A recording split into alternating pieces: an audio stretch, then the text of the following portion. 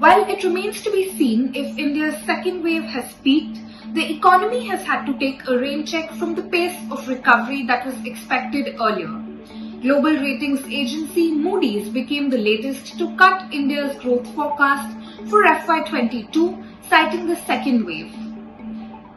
India is now expected to grow by 9.3% compared to 13.7% that was estimated earlier by Moody's Investors Service.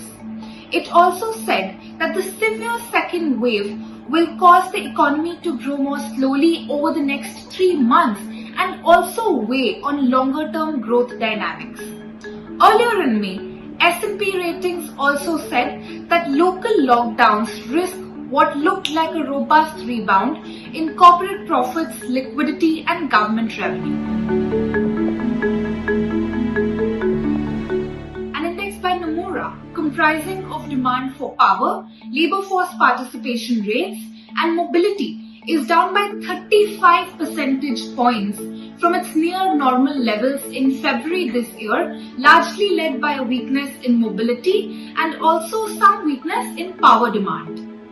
Data by Google shows that mobility has fallen off a cliff.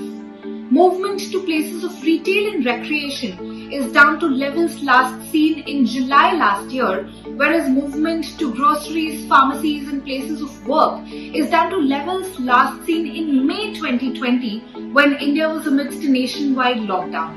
There's also greater discrepancy among states for movement. Movement of agricultural arrivals has also been disrupted. According to Hetal Gandhi, director at CRISIL Research, agricultural arrivals to mandis have fallen by 46% in April this year compared to levels in April 2019. All agricultural produce except for mangoes has taken a hit. Rural India is also seeing a decline in demand for consumer goods because of localized lockdowns, villages restricting the entry of outsiders, and lack of workers for last mile delivery, according to BloombergQuint's Charlene D'Souza. Unemployment is inching up as reported by the Centre for Monitoring the Indian Economy.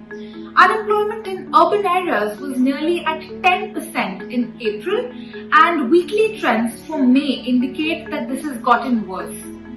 An even greater cause of concern is the supply shock to India's only form of social security, the central government's Minimum Employment Guarantee Scheme, the MGNREGA. According to data from the government's website, 31 lakh households in May were provided employment compared to demand for work by nearly 2 crore households.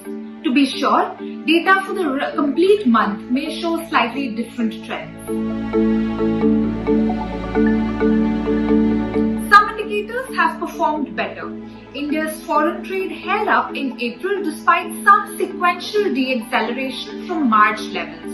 Retail inflation eased to a 3-month low of 4.3%, but this was partly because of the base effect from last April when the nationwide lockdown caused supply-side disruptions and pushed up food prices. Stay safe and keep reading BloombergQuint for more updated information on the economy.